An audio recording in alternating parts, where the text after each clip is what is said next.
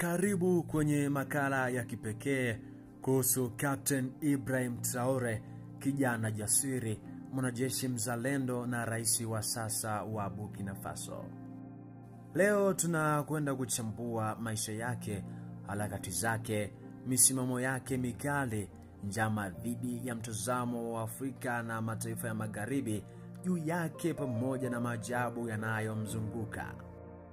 Hii si hadithi ya kawaida, ni simulizi ya mapambano dhidi ya ubeberu, ujasiri wa kusimama na kuipigania Afrika huru, na dhamira ya kweli ya kuikomboa nchi kutokana na ukoloni mamboleo. Utasikia mambo ya kutisha, ya kushangaza na ya kuvutia ambayo hujasikia kutoka kwa vyombo vya habari vya Magharibi. Utakuwa nami Beatus Emmanuel ambaye nitakuletea makala haya, na hii ni Bea TV. Usiache kusubscribe, kushare pia na kucomment. Captain Ibrahim Traore alizaliwa mwaka 1988 katika kijiji cha Boldoku mkoani Boku du Mahoni, kaskazini magharibi mwa Burkina Faso. Alilelewa katika familia ya kawaida yenye misingi ya maadili, nidhamu na uzalendo. Akiwa kijana alionyesha kupenda masomo ya sayansi na alisomea jiolojia katika chuo kikuu cha Ouagadougou. Baada ya hapo alijiunga na jeshi mwaka 2010. Baada ya hapo alichaguliwa katika vikosi maalumu vya kupambana na ugaidi. Ujasiri na maarifa yake vilimpa heshima kubwa sana jeshini. Lakini ndani yake kulikuwa na kitu zaidi: hasira dhidi ya unyonyaji wa raia, utawala dhaifu na ukoloni wa kiuchumi. Septemba 30 mwaka 2022, Ibrahim Traore aliongoza mapinduzi ya kumwondoa rais wa mpito Paul Henri Damiba. Mapinduzi haya hayakutokana na tamaa ya madaraka, bali kutokana na kuchoshwa na kushindwa kwa utawala uliokuwepo kuwalinda raia dhidi ya magaidi. Na katika hotuba yake ya kwanza kabisa, rais huyo wa Burkina Faso Ibrahim Traore alisema, Burkina Faso haitokubali tena kuwa koloni la kisasa, lazima tujitegemee. Aliungwa mkono na wananchi waliomiminika mitaani wakiwa na bendera za taifa, wakishangilia na kuonesha imani kwa kiongozi wao mpya. Na katika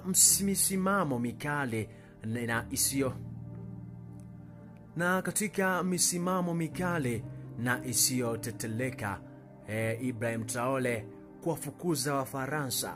Mwezi Februari mwaka 2023, rais huyo wa Burkina Faso Ibrahim Traore alifukuza majeshi ya Ufaransa waliokuwa nchini kwa miongo miwili. Aliamini hawakuwa na nia ya kweli kuisaidia au kupambana na magaidi, bali kulinda maslahi yao ya kiuchumi.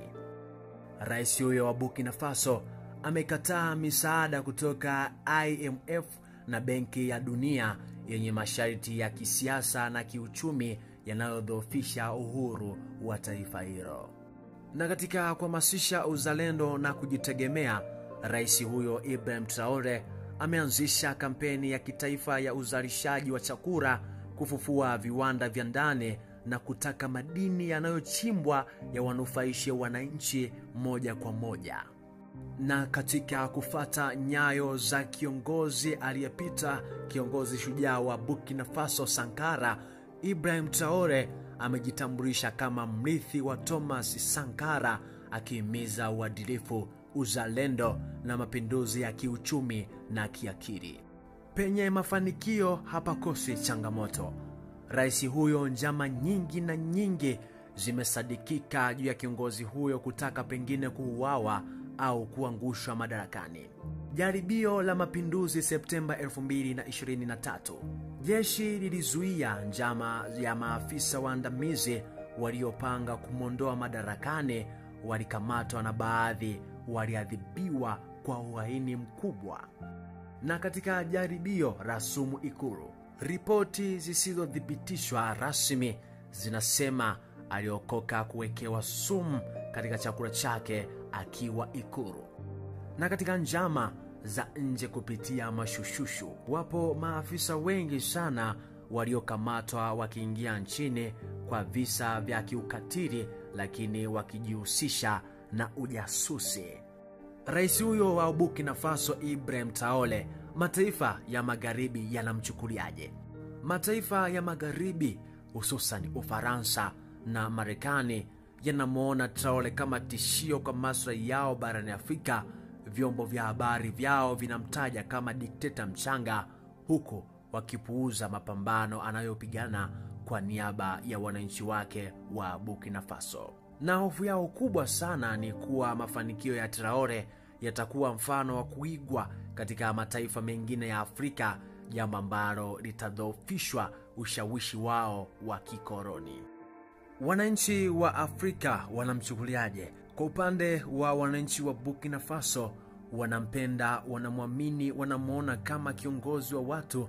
Anavaa mavazi ya kawaida, anakula na wanajeshi wake na hajengi maisha ya kifahari. Kwa upande wa vijana wa Afrika, anachukuliwa kama nembo ya kizazi kipya cha viongozi shupavu, waadilifu na wenye maono ya kweli.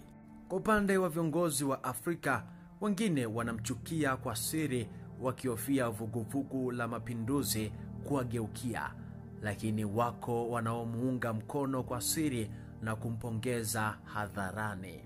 Yapo maajabu mengi sana juu ya kiongozi huyu Ibrahim Traore, lakini haya ni maajabu ya vitu vya kusisimua kuhusu kiongozi huyo. Kitu cha kwanza kabisa, analala kambini na wanajeshi wake na sio Ikulu. Lakini pia kitu cha pili, haamini katika magari ya kifahari wala msafara mkubwa. Kitu cha tatu, hahudhurii mikutano mingi ya kimataifa ya wafadhili. Kitu cha nne, alikataa posho kubwa na marupurupu ya kifahari. Na kitu cha tano, wafuasi wake huamini ana kinga ya kiroho dhidi ya maadui. Lakini pia kitu cha mwisho cha sita, anakumbukwa kama kijana wa kawaida aliyeamua kuikomboa nchi yake ya Burkina Faso. Na kwa upande wa mshikamano na mataifa ya kiukombozi, Ibrahim Traore ameunda Umoja wa Mataifa ya Saheli, Burkina Faso, Mali, Niger, yote yakiongozwa na viongozi wa kijeshi. Wanapinga uwepo wa kigeni, wanataka sarafu yao huru na kujenga mfumo wao wa kiulinzi. Umoja huu ni tishio kwa Ufaransa na vyombo vya kikoloni barani Afrika.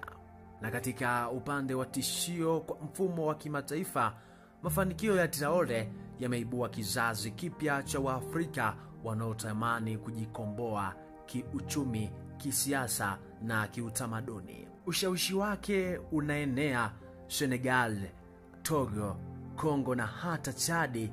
Watawala wa kimapokeo wanaanza kuchunguzwa zaidi na wananchi. Ibrahim Traore ni zaidi ya rais, mwamko mpya wa Afrika, Afrika isiyo na woga, inayojitegemea na inayoamua hatima yake. Lakini hawezi kufanya peke yake. Afrika inahitaji kuamka, kuungana na kusaidiana kama alivyosema. Tumechoka kuwa watazamaji wa mateso yetu, sasa tunataka kuwa waamuzi wa hatima yetu. Huu ni wakati wa Afrika kusimama na kulinda viongozi wake wa kweli, viongozi kama Ibrahim Traore, sauti ya kizazi kipya. Imeandaliwa kwa utafiti wa kina kwa ajili ya maarifa na uhamasishaji barani Afrika. Ulikuwa nami Beatus Emmanuel na hii ni Bea TV. Usiache kusubscribe, kushare pia na kucomment.